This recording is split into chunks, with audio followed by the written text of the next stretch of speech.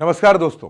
हरियाणा विधानसभा चुनाव का परिणाम आने के बाद ये सवाल उठने लगे हैं कि क्या इंडिया गठबंधन में सहयोगी दलों का सम्मान नहीं हो रहा है या फिर इंडिया गठबंधन में जो सहयोगी दल हैं उनकी बात सुनी नहीं जा रही है। कांग्रेस और क्षेत्रीय दलों के बीच में वो कौन से लोग हैं जिनकी वजह से बातें अधूरी रह जाती हैं, और इसी वजह से यह सवाल खड़ा हो गया है कि क्या इंडिया नए सिरे से बनेगा, यानी इंडिया अलायंस नए सिरे से खड़ा किया जाएगा। जिस वक्त आपसे मैं ये बात कर रहा हूं, इस खबर पर बात करने के लिए आपके सामने हूं, इस वक्त एक और खबर बड़ी आ गई है। राहुल गांधी, जिन्होंने मल्लिकार्जुन खड़गे के घर पर एक अहम मीटिंग की, यह मीटिंग हरियाणा विधानसभा चुनाव में हार के बाद हुई। उसमें एक तरफ तो राहुल गांधी ने यह कहा कि हम फैक्ट फाइंडिंग कमेटी बनाएंगे, और दूसरी बात राहुल गांधी ने जो कही वो बेहद अहम है। राहुल गांधी ने कहा कि कुछ नेताओं ने निजी हित को पार्टी के हित के ऊपर रख दिया।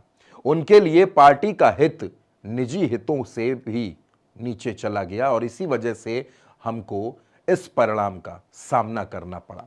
लेकिन दोस्तों, जब बात इंडिया गठबंधन की हो रही है, इंडिया गठबंधन में आखिर ऐसा क्या हो गया है जो तमाम बयान सामने आ रहे हैं, वो ये बात सामने रखते हैं कि अब इंडिया गठबंधन के तमाम सहयोगी दल ये चाहते हैं कि एक बार फिर से इंडिया गठबंधन के सारे नेता एक मंच पर बैठे, एक प्लेटफॉर्म पर बैठे, और जो भी कमियां हैं, जो भी संवाद की दिक्कतें हैं, उनको दूर किया जाए। क्योंकि दोस्तों, अगले 3 महीनों में अहम चुनाव होने वाले हैं। महाराष्ट्र का चुनाव है, झारखंड का चुनाव है, दिल्ली का विधानसभा चुनाव है, और उसके ठीक बाद बिहार का विधानसभा चुनाव भी होना है। और इसके अलावा 20 से ज्यादा सीटों पर, 6 राज्यों की 20 से ज्यादा सीटों पर उपचुनाव भी होना है। बात आज करेंगे इसी मसले पर, लेकिन उससे पहले कुछ बयान हैं जो इंडिया गठबंधन के नेताओं की तरफ से सामने आए हैं, उन पर भी बात कर लेते हैं कि उनकी तरफ से क्या कुछ कहा गया है, और उसके बाद इस पे बात करेंगे कि आखिर इंडिया गठबंधन में क्या कुछ नया होने वाला है। सबसे पहला बयान मैं आपको दिखाता हूं। यह राघव चड्ढा का बयान है, आम आदमी पार्टी के सांसद हैं। इन्होंने एक शेर के जरिए अपनी बात बयां कर दी है। इन्होंने लिखा कि हमारी आरजू की फिक्र करते तो कुछ और बात होती, हमारी हसरत का ख्याल रखते तो एक अलग शाम होती। आज वो भी पछता रहा होगा मेरा साथ छोड़कर, अगर साथ साथ चलते तो कुछ और बात होती। आम आदमी पार्टी के सांसद हैं राघव चड्ढा। आम आदमी पार्टी के साथ हरियाणा में कांग्रेस का अलायंस नहीं हुआ। आम आदमी पार्टी ने 88 सीटों पर अपने प्रत्याशी उतार दिए, और जो चुनावी आंकड़े हैं, जो परिणाम के आंकड़े हैं, वो ये बताते हैं कि 5 सीटें कांग्रेस सिर्फ आम आदमी पार्टी की वजह से हार गई। अब आप अंदाजा लगा करके देखिए कि अगर ये 5 सीटें कांग्रेस जीत जाती तो नजारा कुछ और हो सकता था। बहरहाल दोस्तों, एक और बयान, राजीव राय, समाजवादी पार्टी के सांसद, घोसी से सांसद है, समाजवादी पार्टी के प्रवक्ता भी हैं। इन्होंने लिखा कि कांग्रेस को mine is mine, what is yours is ours, इस सोच से बाहर निकलना पड़ेगा। यानी जो मेरा है वो मेरा ही है, और जो आपका है उसमें भी हमारा हिस्सा लगेगा। तो इस सोच से बाहर आना पड़ेगा। आत्मघाती सोच वाले सलाहकारों से बचना होगा। मध्य प्रदेश में कमलनाथ और हरियाणा में दीपेंद्र हुड्डा का अहंकार वाली भाषा ने भी नुकसान कर दिया। अब कमलनाथ ने क्या कहा था मध्य प्रदेश में?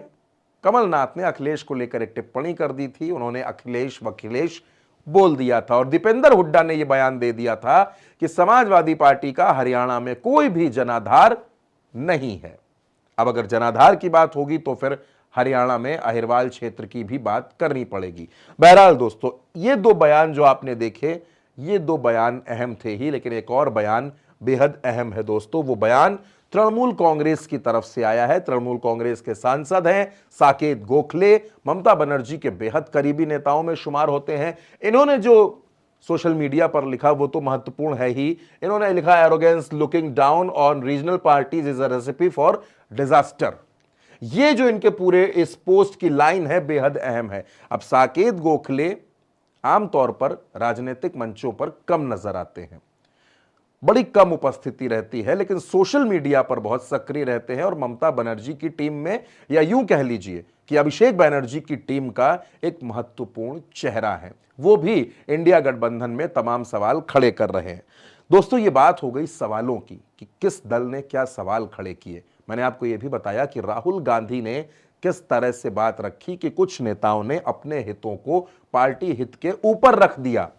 लेकिन अब वो सवाल जिनके जवाब तलाशना बेहद जरूरी है, और वो सवाल जो ये बात बताते हैं कि इंडिया गठबंधन में क्या कुछ बदलाव होने वाले हैं, उन सवालों पे दोस्तों बात करते हैं। वो सवाल कौन से हैं? हरियाणा परिणाम से क्या सबक लेगी कांग्रेस? क्या कांग्रेस ये समझने की कोशिश करेगी कि हरियाणा में जो उसका नुकसान हुआ, हाथों में आई हुई सत्ता हाथों से फिसल गई, चली गई?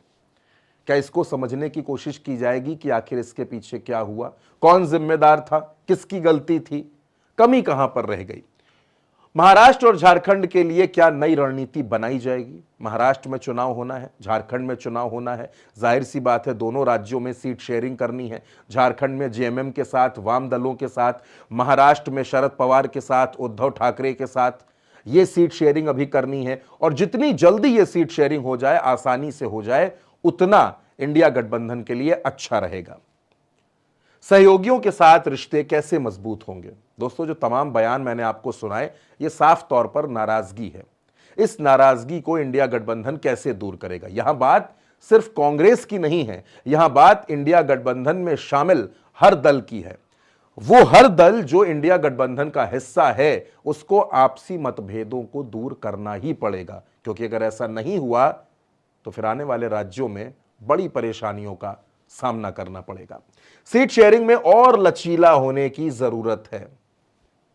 दोस्तों, सीट शेयरिंग में अक्सर ऐसी दिक्कतें गठबंधनों में आती रही हैं। यह सिर्फ इंडिया गठबंधन की बात नहीं है, किसी भी गठबंधन में।